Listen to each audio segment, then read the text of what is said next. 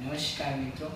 આજે આપણે એક એવા વ્યક્તિને મળવા જઈ રહ્યા છીએ જે વ્યવસાય તો એન્જિનિયર હતા, પણ તેમની રુચિના કારણે અને તેમની નાનપણની ઉંમરથી જ તેમના અલગ અલગ વિષયો જેમ કે જ્યોતિષશાસ્ત્રમાં અને એમાં રુચિના કારણે તેઓ આજે એક પ્રખર વિદ્વાન છે વાસ્તુશાસ્ત્ર અને જ્યોતિષશાસ્ત્રના.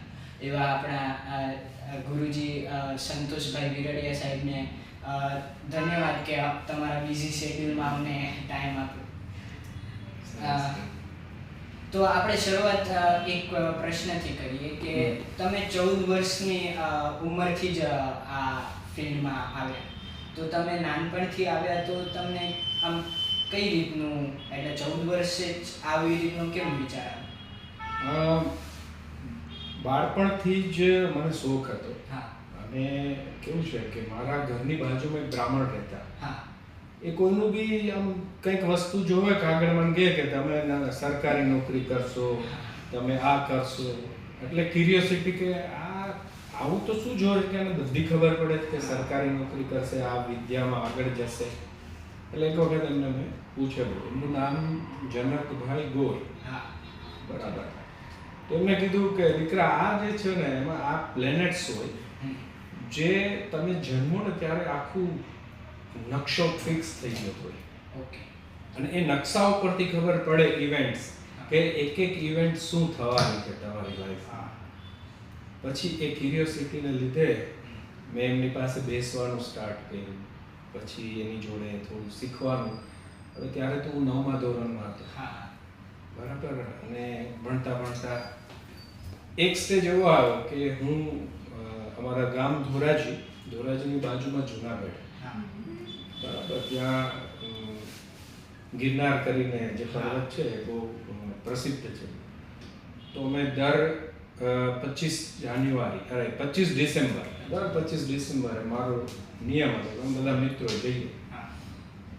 એમાં એક સંત મને મળી ગયા, ભરતવન કરીને ત્યાં જગ્યા છે, અને એક સંત મને ત્યાં મળી ગયા. અને એના સાનિધ્યમાં મેં ઘણું બધું શીખ્યું, મંત્ર, અમુક સાધનાઓ, તંત્ર ઉપરની સાધનાઓ. પણ છેલ્લે મને એવું કીધું, દીકરા તારી જરૂર અહીંયા નથી, સમાજમાં છે. એટલે અમુક એમની જે લેંગ્વેજ હોય, ગાળો આ તે કાઢી. પણ ટીલ ટુડે એ દેવ થઈ ગયા છે, પણ ટીલ ટુડે 25 ડિસેમ્બરે બરાબર, જેને દત્ત જયંતિ આપણે કહીએ છીએ, દત્ત જયંતિના દિવસે યુનિવર્સલ મેસેજ આવે, એના બ્લેસિંગ્સ આવે, બરાબર, કઈ જગ્યાએ એની ઉર્જા છે એ જગ્યાએ જવાનું મારે અને ત્યાં દર્શન કરવાના. ટીલ ટુડે એ વસ્તુ ચાલુ છે.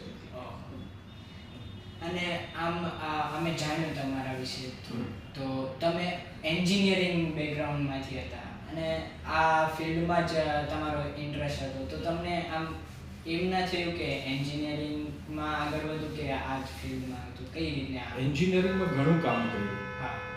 જોડે જોડે અહીંયા મારા અમદાવાદમાં એક ગુરુ હતા, ડૉક્ટર નલિન પંડ્યા. હા. એમની જોડે હું રહેતો ત્યારે એને કીધું, દીકરા તું કરી લે, તારે જેટલું એન્જિનિયરિંગ કરવું હોય એટલું, તારે લાઈનમાં તો અહીંયા જ આવવાનું છે. એટલે એમને મને તંત્ર ઉપર ઘણું બધું શીખવાડ્યું.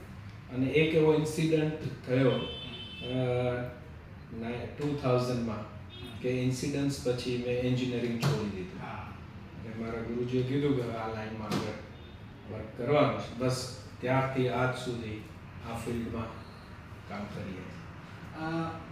આપણે આમ જોઈએ વાસ્તુશાસ્ત્ર અને જ્યોતિષશાસ્ત્ર, તો આજની જનરેશન અમે હોઈએ સાથે, એટલે એવી માન્યતાઓ બની ગઈ છે કે એ વાસ્તુ પ્રમાણે ઘર હોય તો આપણે ભાગ્ય ખુલી જાય અથવા નસીબ સારું થાય. તો તે શું સાચું છે કે ભાગ્ય જો આ રીતે ખુલી જતા હોય, વાસ્તુ કરવાથી ને મંત્રો કરવાથી ને પૂજા પાઠ કરવાથી જો ભાગ્ય ખુલતા હોય તો બધા એ જ કરે ને. તો સર્વશ્રેષ્ઠ ભાગ્ય તો બ્રાહ્મણોના જ ખુલેલા હોય ને. અને એ જ લોકો અત્યારે હેરાન છે. મહેનત અને કર્મથી જ ભાગ્ય ઉત્પન્ન થાય. આ બધી સ્ટ્રીમ ઉદ્દીપક છે. ઉદ્દીપક એટલે કેવું કે તમે એક દીવો કરો છો, એ દીવો 1 મિનિટ ચાલે, પણ 1 ચમચી ઘી નાખો તો એ 1 કલાક ચાલે. તો જ્યોતિષ શાસ્ત્ર, વાસ્તુશાસ્ત્ર, બધી સ્ટ્રીમ્સ જે છે એ બધી ઉદ્દીપકનું કામ કરે. બરાબર? એ તમને ગાઈડ કરે કે આ થવાનું છે, તમે આ કરો છો તો આ કરવાથી આ રિઝલ્ટ મળશે. બરાબર? બાકી ભાગ્ય જો આનાથી બદલતા હોય તો બધા જ કરે. એવું નથી. કર્મ કરો, બરાબર? બર્થ ચાર્ટ બતાવે તમારે શું કર્મ કરવું, જેને લઈને તમારો ભાગ્યોદય થશે. તો આજના વિદ્યાર્થીઓ હોય કે પોતાનો વાસ્તુ પ્રમાણે ઘર બનાવતા હોય તો સ્ટડી રૂમ છે અથવા કોઈ પણ રીતનું ભણતર માટે તો એની કઈ રીતની દિશા હોય અથવા શું ભણતરમાં કઈ રીતે વાસ્તુ ઉપયોગી બને? જો એજ્યુકેશન જે છે ને એ આપણે જન્મીએ ને અને મરીએ ત્યાં સુધી એજ્યુકેશન ચાલવાનું જ છે. રાઈટ? તો એની પર્ટિક્યુલર ડિરેક્શન છે અને એ ડિરેક્શનને એક તો ફેસ કરવાથી રિઝલ્ટ મળે. જેમ કે ઉત્તર દિશા છે એ શું કહે છે? ઉત્તરોત્તર પ્રગતિ થાય એનું નામ ઉત્તર. બરાબર? ત્યાંના પ્લેનેટ કોણ છે? કે બુદ્ધ છે. બુદ્ધ કોણ છે? કે આપણી વાણી છે. બરાબર? સરસ્વતી કોણ છે? બુદ્ધ છે. બરાબર? તો એ દિશાને આપણે ફેસ કરીએ તો એક તો જ્ઞાન મળે, વાણી સુધરે. બરાબર? બીજું છે પૂર્વ દિશા. પૂર્વમાં કોણ છે? સૂર્ય છે. તો સૂર્યનું કામ શું છે? પર્ટિક્યુલર ઉગવાનું, ટાઈમ ટુ ટાઈમ. બરાબર? અને આથમવાનું. તો એની પાસેથી ટાઈમ મેનેજમેન્ટ મળે. તો એ બાજુ મુખ રાખવાથી તમારી અંદર એક તો શિસ્ત અને સિદ્ધાંત આ બે વસ્તુ આવે કે ભાઈ મારે ટાઈમે વાંચવાનું છે. બરાબર? પ્રોપર મારો રૂમ રાખવાનો છે. બરાબર? શિસ્તનું પાલન કરવાનું છે. તો એ દિશાથી આવે. હવે સૂર્ય જે છે કઈ દિશામાં આપણે?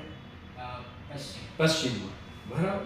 તો પશ્ચિમ દિશા કોની છે? શનિની છે. બરાબર? તો શનિ શું છે? કર્મ છે. તમે ખરાબ કર્મ કરો દંડ કોણ આપે? શનિ આપે. તો કીધું છે કે જો પશ્ચિમ દિશામાં બેસી અને પૂર્વ બાજુ અથવા તો ઉત્તર બાજુ મુખ રાખીને ભણશો તો ખૂબ સારું. કારણ કે શનિ કર્મ છે ને, તો તમારે ભણવું છે શું છે? કર્મ જ છે. રાઈટ? તો એ દિશામાં બેસી પૂર્વ અથવા ઉત્તર બાજુ મુખ રાખીને ભણશો તો ભણેલું યાદ રહેશે. બરાબર? પછી બીજી ડિરેક્શન્સ છે. ઉત્તર દિશામાં રૂમ છે તો એમાં ઉત્તરાભિમુખ બેસો અથવા પૂર્વાભિમુખ બેસો. ઈશાન ખૂણો છે ઉત્તર અને પૂર્વની વચ્ચે. બરાબર? એને કોસ્મિક એનર્જી કહેવાય. ત્યાંના દેવ છે મહાદેવ. તો એ દિશામાં બેસો તો તમને સરસ યાદ રહે, રિઝલ્ટ મળે. અને એક છે પૂર્વ દિશા. તો આ 4 ડિરેક્શનનું મહત્વ ખૂબ જ છે એજ્યુકેશન માટે. તો એમાંથી કોઈ પણ ડિરેક્શન તમે ચૂઝ કરી શકો તમારા રૂમને. આજનું વાસ્તુ પ્રમાણે બધા માનતા હોય કે વાસ્તુ પ્રમાણે ઘર હોવું જોઈએ.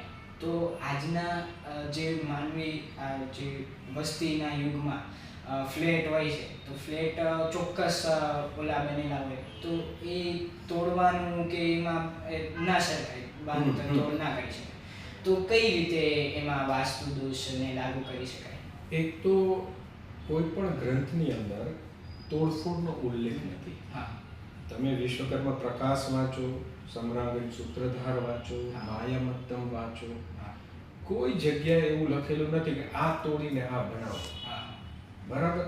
એટલે અત્યારના જે કન્સલ્ટન્ટ તોડફોડ કરાવે છે કાં તો એમને પૂરતું નોલેજ નથી શાસ્ત્રનું.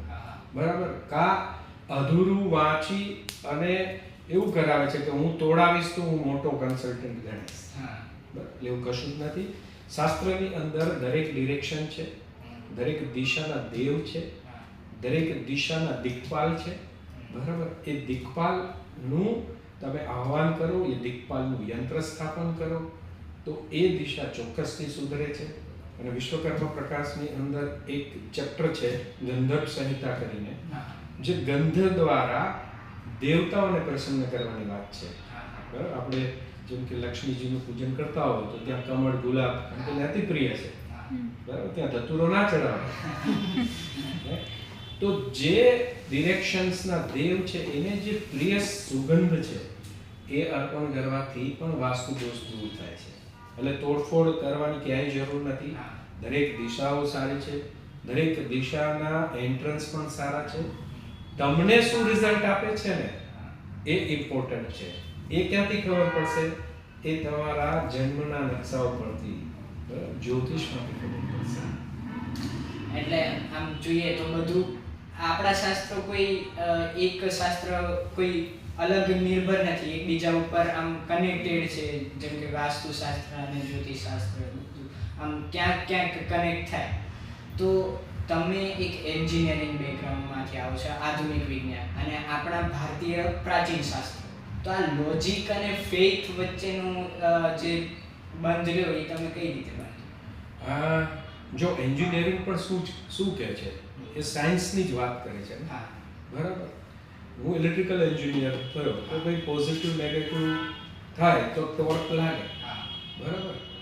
તો સેમ વસ્તુ આપણી જે ધરતી છે એના બે પોલ છે, નોર્થ પોલ સાઉથ પોલ. એ બી શું કહે છે? બરાબર, કે ભાઈ નોર્થ પોલ સાઉથ પોલ છે જેને આપણે મેગ્નેટિક એક્સિસ કહીએ છીએ. તો કોઈ પણ પોઝિટિવ પાસે આવશે તો અપાકર્ષણ થશે. તો એ બી તો ટોર્કની જ વાત કરે છે ને, પોઝિટિવ નેગેટિવ તો જ એનર્જી પ્રોડ્યુસ થશે. અત્યારે ફેથની જ્યારે વાત કરીએ છીએ ત્યારે તો દરેક પર્સનલ વ્યક્તિએ તો પહેલા તો પોતાની ઉપર ફેથ હોવો જોઈએ. બરાબર, પછી શાસ્ત્રની વાત છે. માણસને પોતાની ઉપર જ ફેથ નથી, પોતાને જ જાણતો નથી, પોતા માટે શું કરવું છે એ જ ખબર નથી. બરાબર, તો આગળ તો શું કરવાનું? બરાબર, શાસ્ત્રનું જે નોલેજ છે એ ખાલી 25%થી વધારે નથી. વાસ્તુ, જ્યોતિષ, દાન, ધર્મ, દક્ષિણા, મંત્ર, યંત્ર, યાગ 33%થી વધારે છે જ નહીં. અને તમે કહો મને 100% વાસ્તુ જોઈએ છે, મળવાનું છે. 33% તમને 5% વાસ્તુ મળે, બહુ થઈ ગયું. બરાબર, પહેલા તો પર્સનલ વાસ્તુની વાત છે. પર્સનલ તમને તો ઓળખો, પછી બીજી બધી વાત છે.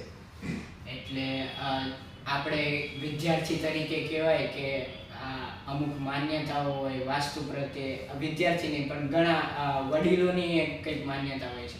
તો એ માન્યતા ઘણી દૂર થઈ અને કહેવાય છે ને કે શાસ્ત્રો આપણને આપણું લક્ષ્ય દેખાડે છે, બાકી કર્મ કરવું એ જ આપણો પ્રાથમિક ધર્મ કહેવાય.